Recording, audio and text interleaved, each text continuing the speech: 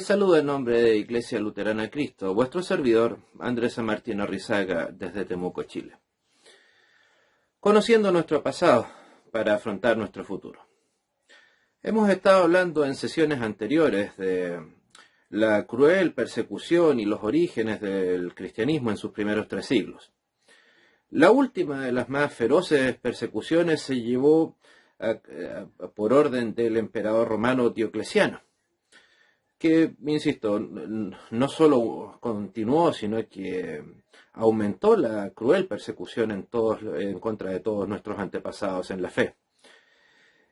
Pero bueno, el opresor de tantos inocentes no podía escapar, aunque él no lo quería, al juicio divino. Y es así que el año 311, por una espantosa enfermedad, finalmente iba a morir de inanición. Pero entonces poco antes promulgó un edicto poniendo fin a la persecución. Un edicto, digamos, un tanto curioso, medio insolente y un tanto suplicante, que empieza derechamente insultando a los cristianos y termina pidiendo que oren ellos ante su Señor. Declara que la intención suya, bastante extraña, con la persecución había sido la de traer a los cristianos de vuelta a la fe de sus antepasados. Les reprocha posteriormente el haber estado dividido en muchas sectas y confiesa que le ha sido imposible hacer que los cristianos cambiasen y termina declarando que quiere mostrar su supuesta bondad, permitiéndoles ser cristianos y piden que oren por su prosperidad y por la del Estado. Y así entonces finalizó la horrible persecución tan larga y cruel que demostró al mundo, una vez más, que dura cosa entonces es dar voces contra el aguijón. Los déspotas podrán ensayar toda forma de aniquilación, pero todo, como la historia lo ha demostrado, ha de ser en vano. Porque uno más grande, uno mayor que todos esos señores, que todos esos emperadores, uno más grande que todos ellos, dijo al fundar su iglesia: las puertas del Hades no prevalecerán contra ella. Y gracias a Dios es así que sucedió. Y ahí es entonces donde entra en escena probablemente uno de los emperadores romanos más recordados, Constantino. Nada más difícil que ser justo con este personaje. Hay que reconocer que sus luces y sombras hacen bastante difícil ser imparcial referente a su actuar y a su persona. Sus actos no permiten considerarlo un verdadero discípulo de Cristo, pero al mismo tiempo es imposible reconocer o dejar de reconocer su simpatía que tuvo con el cristianismo. Su actuación en relación con los cristianos fue, sin duda, equivocada, pero él no fue el único culpable de dichos errores. Los mismos obispos ya cristianos, que lo rodeaban, deben cargar con mucha de aquella responsabilidad al aconsejarle mal. Acerca de su educación religiosa, no se poseen suficientes datos. Su padre demostró alguna inclinación, al igual que su madre, al cristianismo. Al parecer su madre sí era una creyente devota, su madre Helena. Como los cristianos eran numerosos, no es extraño que Constantino haya tenido de hecho trato con algunos de ellos en su juventud, y que esto le haya provocado algún tipo de predisposición en favor de los cristianos. Fue testigo de hecho de la persecución bajo Diocleciano, y al parecer no estaba de acuerdo con ella. Se encontraba en Nicomedia cuando esta persecución se originó, y las escenas de fanatismo y barbarie que presenció por parte de las tropas romanas formaban un notable contraste con las ideas de tolerancia que él había aprendido de su padre. Pudo ver así entonces que el cristianismo, en el cristianismo había algo que no podía ser destruido ni con fuego ni con la espada más afilada. Cuando fue proclamado Augusto por las legiones que su padre había conducido a Britania, hoy Inglaterra, el año 306, se mostró aún ligado al paganismo y en el 308 ofreció sacrificios en el templo de Apolo por la buena marcha de su reinado. Creía que era deudor de los dioses paganos por la buena suerte de su carrera.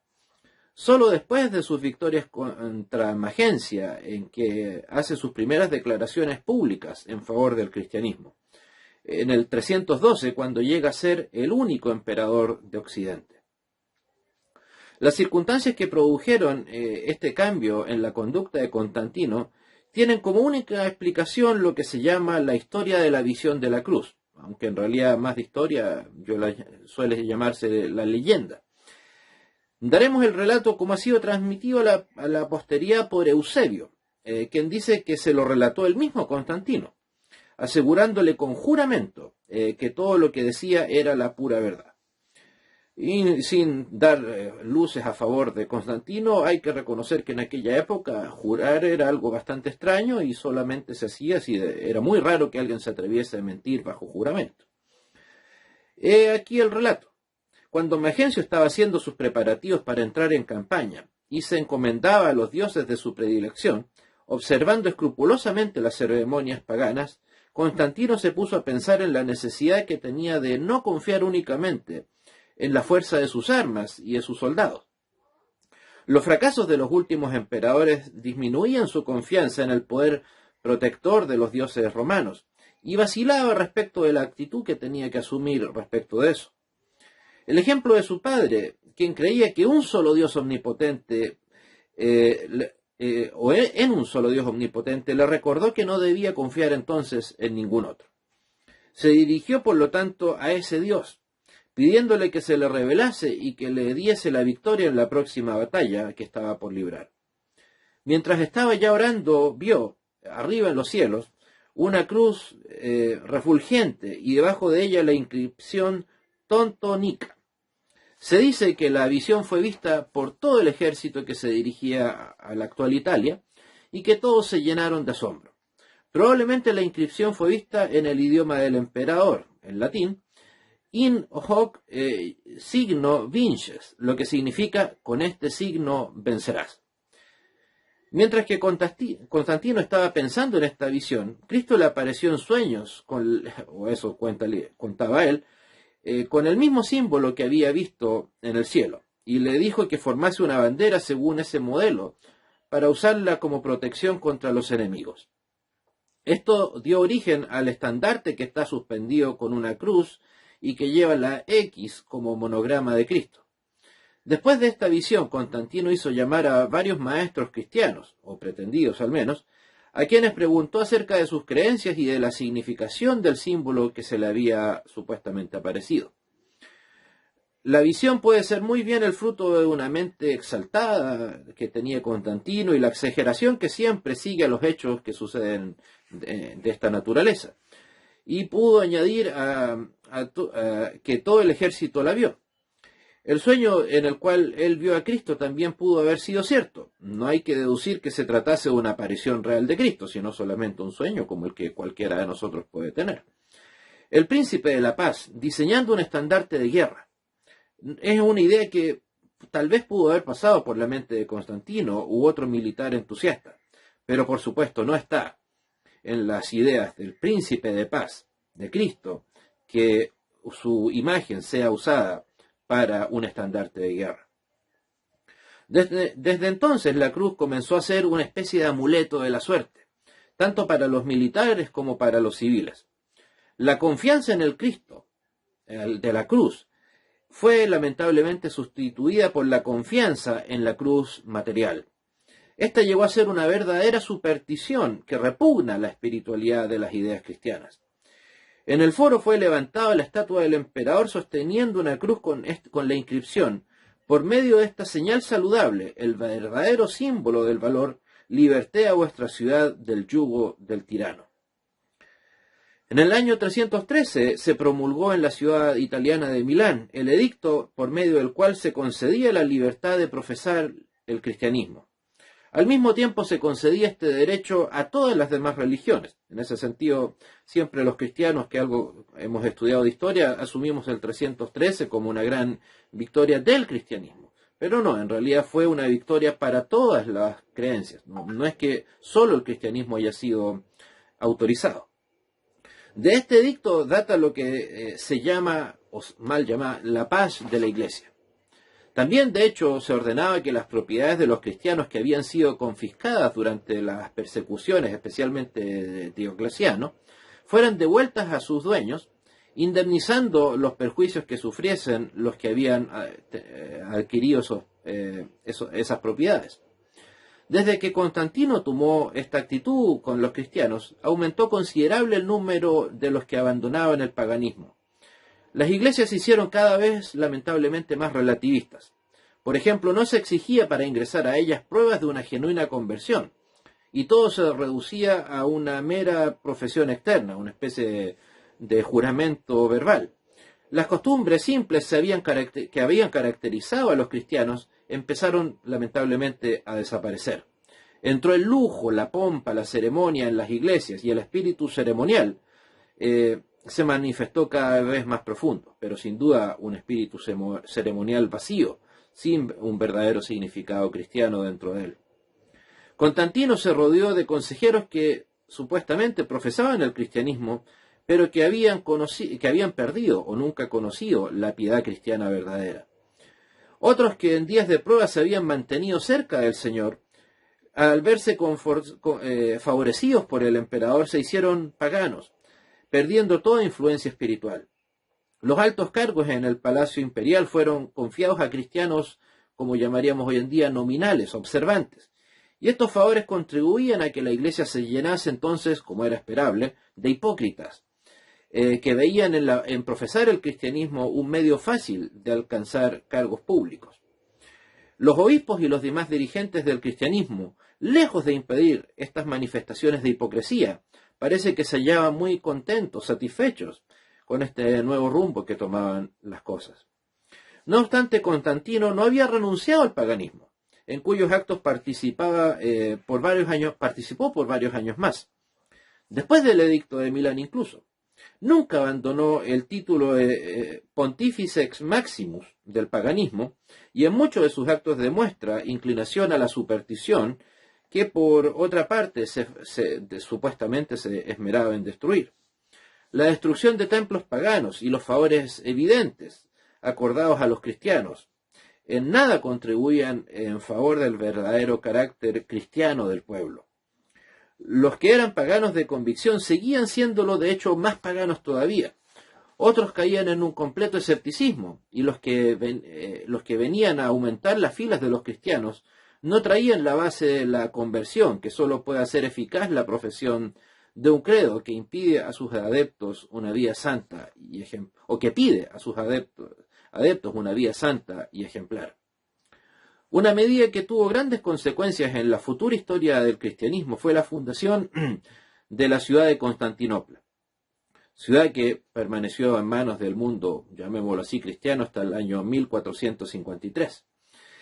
El emperador parece que no estaba a gusto con el carácter pagano que había en la ya antigua Roma, y que evidentemente ese paganismo, por mucho que él lo decretara solamente permitido, ese paganismo no iba a desaparecer y todas sus costumbres. No hay dudas de que causas políticas obviamente influyeron sobre el ánimo de Constantino, cuando decidió mudar la capital a la nueva ciudad que él levantaba dándole su nombre, Constantinopla. Roma era el centro del paganismo, y al iniciar una nueva orientación en los destinos del imperio, también tenía que dar una nueva capital, en su opinión, donde el arte cristiano, o llamado arte cristiano, sustituyese el arte del mundo gentil, y donde las nuevas instituciones pudieran florecer sin obstáculo alguno. Sobre la antigua ciudad de Bizancio, citado en uno de los puntos más estratégicos del mundo, se levantaría esa nueva capital, Constantinopla. La nueva Roma, llamada a ser el centro de la mitad del imperio durante largos siglos, como lo decía, hasta el 1453. Esa ciudad hoy en día es conocida como Estambul, o Estambul, la capital de Turquía, está construida sobre las ruinas de Bizancio y la posterior Constantinopla. Dentro de sus nuevos y fuertísimos muros no había templos paganos que hicieran recordar el pasado en decadencia. Por todas partes se levantarían iglesias cristianas decoradas con un arte nuevo y despojado de todo recuerdo del viejo sistema. Los mejores obreros de todo el imperio fueron enviados a trabajar en los magníficos palacios que ostentaría ese nuevo centro cultural. Todos contribuían entusiastas a la realización del sueño de Constantino.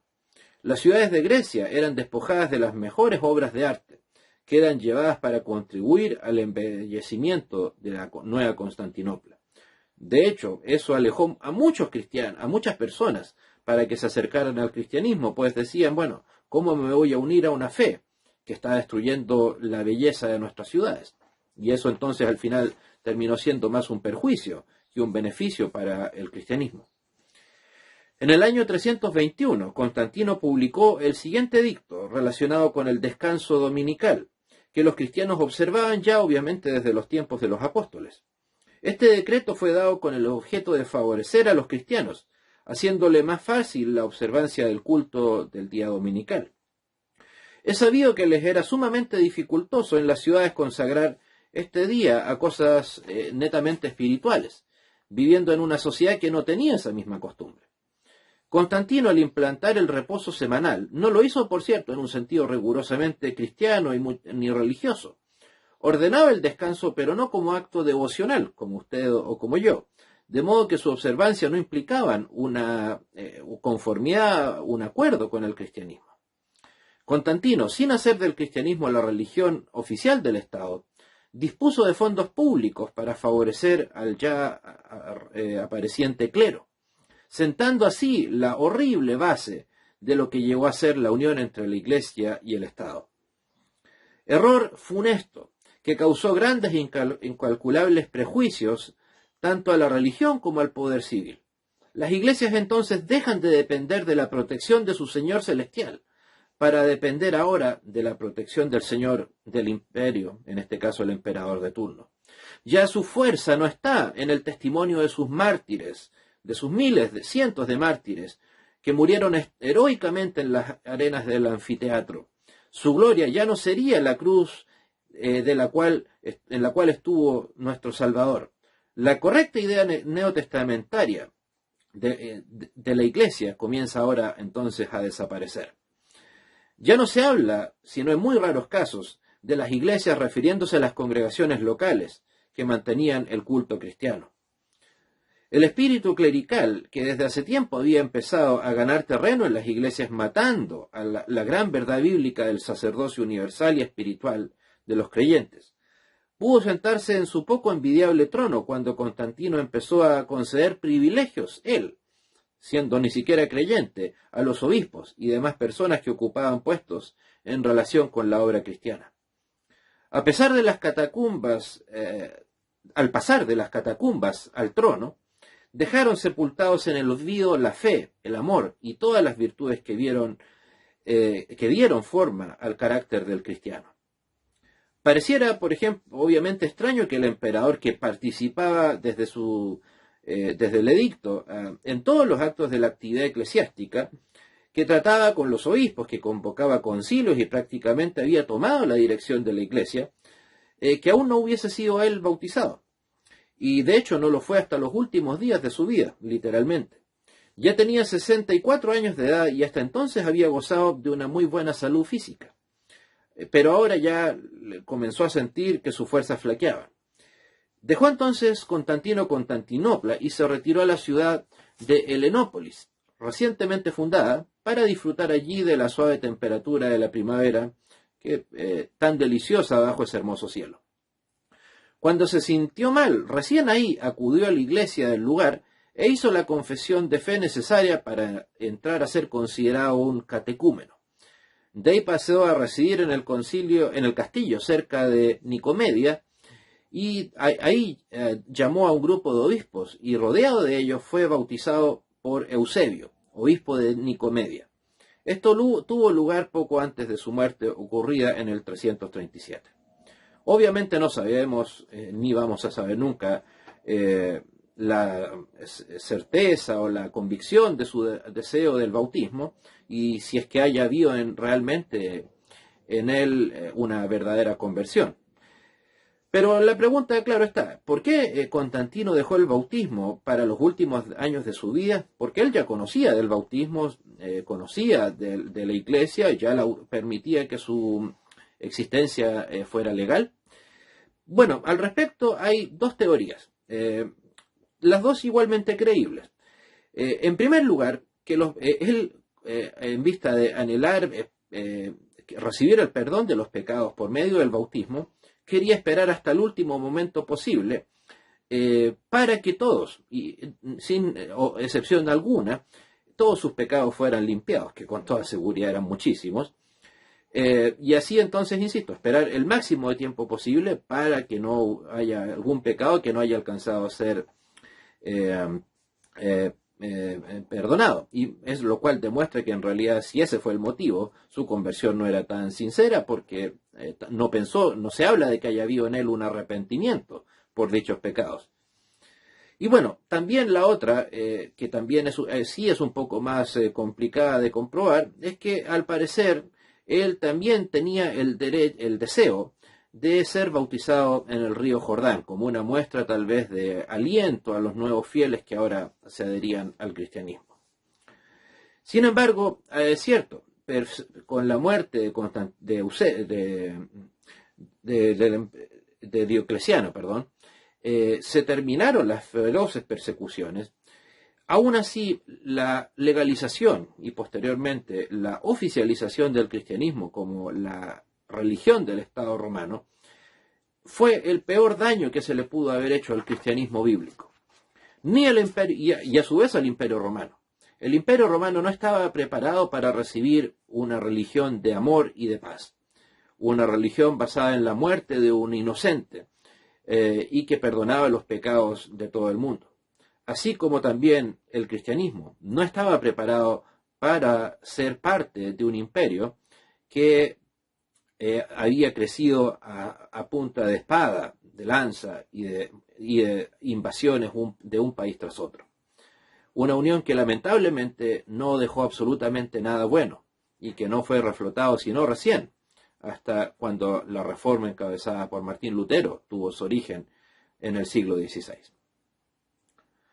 Que el Dios les bendiga y nos encontramos en una próxima oportunidad. Hasta pronto.